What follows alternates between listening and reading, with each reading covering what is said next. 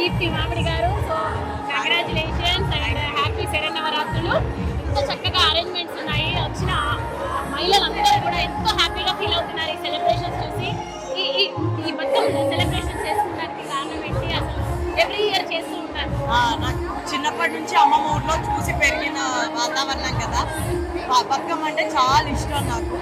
మా అమ్మమ్మ ఊర్లో మెమరీస్ అట్లానే ఒక పెళ్ళైనప్పటి నుంచి చేస్తున్నాను.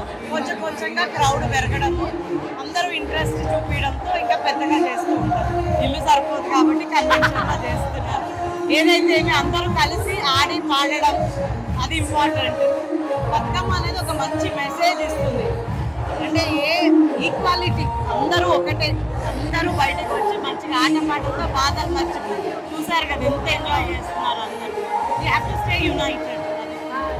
దుర్గామాత నవరాత్రుల్లో దేవి ఎంత బాగుంటుందో, మీరు అలంకరించుకున్నంత చక్కగా సెంటర్ ఆఫ్ అట్రాక్షన్ ఉన్నారు. యాక్చువల్లీ మాకే టైం దొరకలేదు ఎంతసేపు మాట్లాడదామంటే కూడా. సో మొత్తానికి బతుకమ్మకు సంబంధించి ఏదైనా సాంగ్ ఏదైనా పాడతారు ఆడియన్స్ కోసం?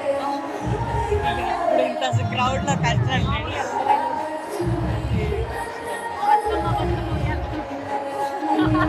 పాడితే మంచిగా పాడాలి కదా. పాట అంట పాడాలి. చిత్తూ చిత్తూల బొమ్మ శివుని, చిత్తూల బొమ్మ శివుని బంగారు బొమ్మ దొరికిన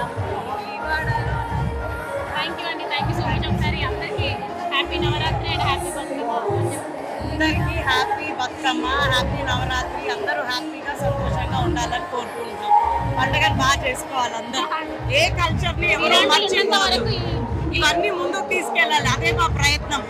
ఆ తర్వాత ఆగిపోవద్దు. మా పిల్లలకు తెలియాలి. మీరు మా పిల్లల బయట తీసుకోండి, వాళ్ళు ఎంత ఎంజాయ్ చేస్తున్నారో తెలుసు. తీసుకున్నాను. మా పిల్లలు చాలా బాగా ఎంజాయ్ చేస్తారు, వాళ్ళ ఫ్రెండ్స్ కానీ అందరూ. ఏది ఆగొద్దు, అన్ని ముందుకు వెళ్ళాలి, ఇంకా గొప్పగా కావాలి.